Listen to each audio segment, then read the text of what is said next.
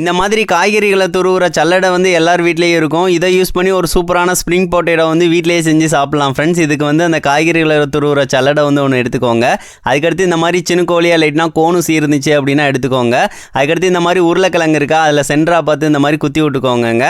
அவ்வளோதான். அதுக்கடுத்து நம்ம வந்து அந்த சல்லடையில் நடுவில் வந்து அந்த ஒன்று ஸ்லைஸ் பண்ணுற மாதிரி இருக்கா, அதில் இந்த மாதிரி வச்சு விட்டுட்டு இந்த மாதிரி மெதுவாக சுற்றிடணும் ஃபஸ்ட்டு. அதுக்கடுத்து அந்த சுற்றுறது வந்து இன்னொரு கீழ் வாக்கில் போகும், அதை மட்டும் மேல் வாக்கில் இருக்கிற மாதிரி மேலே வந்து வர மாதிரி எடுத்து விட்டுக்கோங்க. அங்கே வந்து கரெக்டாக கையை வந்து வச்சுட்டு லைட்டாக அழுத்தம் கொடுத்துக்கோங்க. அவ்வளோதான். சுற்றிக்கிட்டே இருந்தீங்க அப்படின்னா நம்மளுக்கு வந்து அப்படியே அழகாக வந்து சுற்றி வந்து வந்துக்கிட்டே இருக்குங்க. நீங்கள் அழுத்தம் கொடுக்காம விட்டிங்கன்னா ஸ்லைஸ் வந்து கொஞ்சம் பெருசாக வந்து வரும். உங்களுக்கு எந்த அளவுக்கு தேவையோ அந்த அளவுக்கு வந்து அழுத்தம் கொடுத்துட்டு அப்படியே வந்து சுற்றிக்கிட்டே இருங்க. அப்படியே சுத்த வந்து பாருங்கள், அப்படியே அழகாக வந்து வெட்டிக்கிட்டே வந்து சுற்றிக்கிட்டே வந்து வருதுங்க. அவ்வளோதான். கடைசி வரைக்கும் நம்ம வந்து சுற்றிடலாம். அதுக்கடுத்து கொஞ்சம் மூளை கீழே இருக்கும், அது வரைக்கும் வச்சுட்டு அப்படியே வந்து நான் வந்து பிச்சு வந்து எடுத்துக்கிறேன். அதுக்கடுத்து ஒரு குச்சியில் வந்து நம்ம வந்து அப்படியே மாட்டி விட்டோம் அப்படின்னாலே போதும். இப்போ பாருங்கள், கையில் இழுத்து விட்டால் எவ்வளோ பெருசாக வருது அப்படின்னு சொல்லிட்டு. இது ரொம்ப செலவு பண்ணணும்னு அவசியமே இல்லை, இதுக்குன்னு ஒரு மிஷின் வாங்கணும்னு அவசியம் இல்லை. இந்த மாதிரி வீட்டில் வச்சே வந்து ஈஸியாக வந்து செஞ்சிடலாங்க.